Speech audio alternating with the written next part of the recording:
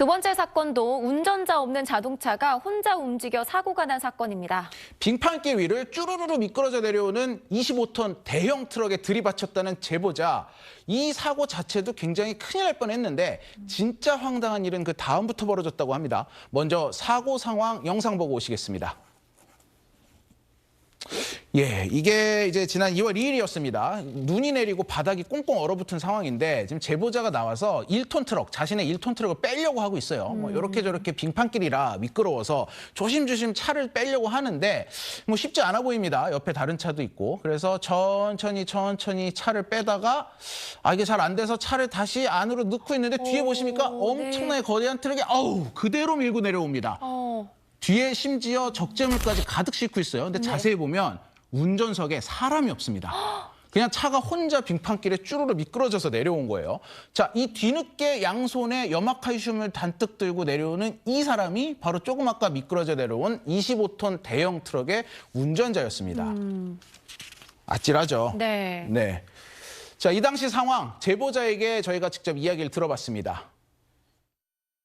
너무 미끄러워서요. 근데 조금씩밖에 안 움직이지를 후진했다가 전진했다, 후진했다 전진했다 막 계속 그랬거든요. 천천히 움직이고 있는데 엄청 큰 게 막 달려오니까 제가 그 앞에 있는 차를 받고 또 옆을 튕겨서 나가면서 미끄러졌거든요. 저는 이제 갑자기 기억을 잃었어요. 어떻게 하다가 그렇게 내려온 거래요? 위에 언덕에서 있었다가 차에 내려갖고 이제 염화칼슘을 뿌렸나 봐요. 그걸 뿌리고 있는 도중에 차가 내려와서 저를 받은 거예요. 자기는 억울하다. 아니 이거 길 이렇게 미끄러운데 염화칼슘을 미리 뿌려놨어야지. 그런 얘기만 하고 막 이렇게 투덜투덜만 했대. 아니 정신까지 잃었으면 충격이 상당했다는 건데 25톤 트럭의 운전자는 지금 억울함을 어쨌든 호소하고 있는 거죠? 네, 맞습니다. 왜냐하면 이게 어떻게 됐냐. 그날 눈이 너무 많이 와서 사실 제보차 차도 염화칼슘을 사러 나가는 길에 도저히 미끄러워서 못 가겠다라고 하면서 다시 주차를 하려고 들어가는 상황이었습니다. 네. 그런데 갑자기 염화칼슘을 또 뿌리고 있던 트럭이 25톤 트럭이 뿌리기 위해 내렸는데 차가 미끄러지면서 운전자 없이 제보자를 덮친 겁니다. 제보자 정신만 잃은 게 아니라 2주 정도 입원도 했었거든요. 이렇게 피해가 상당을 했는데 이 눈이 왔기 때문에 어쩔 수 없는 상황이었던 것도 같습니다. 아니 그런데 모르겠어요. 이런 빙판길에 내리려면 좀 안전장치를 하고 내렸어야 되는 게 아닌가 싶은데 어쨌든 고의는 아니었단 말입니다.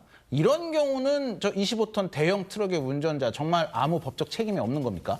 아니죠. 아무래도 이제 내려오는 그런 이제 후행 차량이기 때문에 앞에 네. 차량이 어떻게 이제 조치가 되고 있는지도 확인을 할 수가 있었고 충분히 전방 주시 의무, 그다음에 이제 조치를 취해야 되는 그런 이제 의무가 다 있었기 때문에 후행 차량이 아무런 과실이 없다고 보기는 어려울 것 같고요.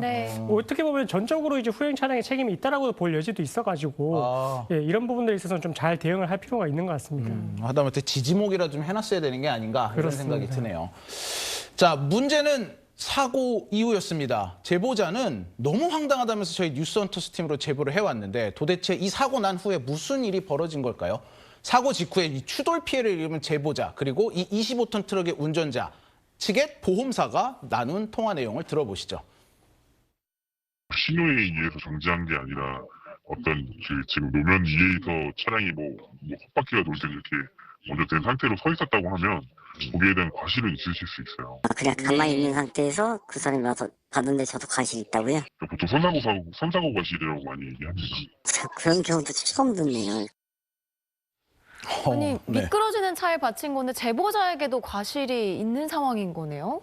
그렇게 말을 주장하면서 선사고 과실을 언급했죠.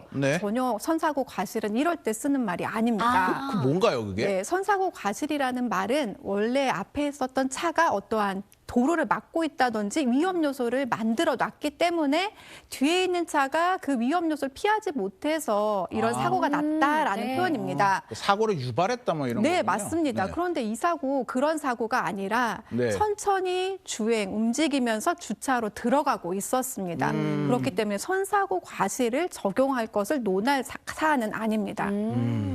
아니 그렇다면 이 변호사님 보시기에 이 사고 몇 대 몇 같습니까? 일단은 이제 보통의 일반적인 경우에는 이렇게 도로에 정차를 하고 있을 때 뭐 이제 이유 없이 정차를 하고 있다. 아니면 뭐 진행하는 차량의 통행을 막고 있다. 이러면은 일부 이제 정차하고 있는 차량의 과실을 인정을 하지만 이 사건 같은 경우에는 지금 이제 가해 차량 같은 경우에 운전자가 없었지 않습니까? 그리고 지금 미끄러지고 있는 그런 비정상적인 지금 진행 상황이었고 피해 차량 같은 경우에는 눈길에 지금 미끄러져 가지고 뭐 어쩔 수 없이 그렇게 이제 하고 있던 상황이라서 사실은 이유 없이 정차를 하고 있다라고 보기는 어려울 것 같거든요. 그래서 이런 경우에는 사실은 이제 운전자 없이 이렇게 미끄러지고 있던 그 후행 차량, 트럭에 어떻게 보면 전적인 100대 0의 책임을 물을 수 있을 것 같고 뭐 혹자는 뭐 200대 0, 300대 0이라고 하는데 제가 보기에는 500대 0으로 봐도 될 정도로 가해 차량이 지금 잘못이 있는 것 같습니다. 전적으로 가해 차량의 잘못이다. 500대 0.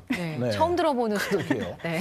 아니 근데 뭐 어쨌든 변호사님 의견은 그런데 지금 이 상대방 보험사 측은 30%의 과실을 물어라라고 하고 있잖아요. 뭐 그럼 어떻게 소송 가야 됩니까? 그러니까 처음에는 이제 자동차 이렇게 과실이 발생했을 때는 분재조정 심의위원회가 있습니다. 보험사에서 분재조정 심의위원회를 넘겨가지고 서로 여기서 이제 나온 결과를 토대로 이제 뭐 다 받아들일지 아니면 여기에 대해서 이의할지 여부를 결정을 하면 되는데 보통은 이제 분재조정 심의위원회까지 갔을 때 잘 안 받아들이거든요. 그러면 이제 생각할 수 있는 게 결국 이제 소송으로 가는 겁니다. 소송으로 갔을 때는 결국은 이제 이 과실 비율에 대해서 재판부가 판단을 할 수밖에 없는데 그럴 경우에는 보통 이제 국가수를 이용을 하거든요.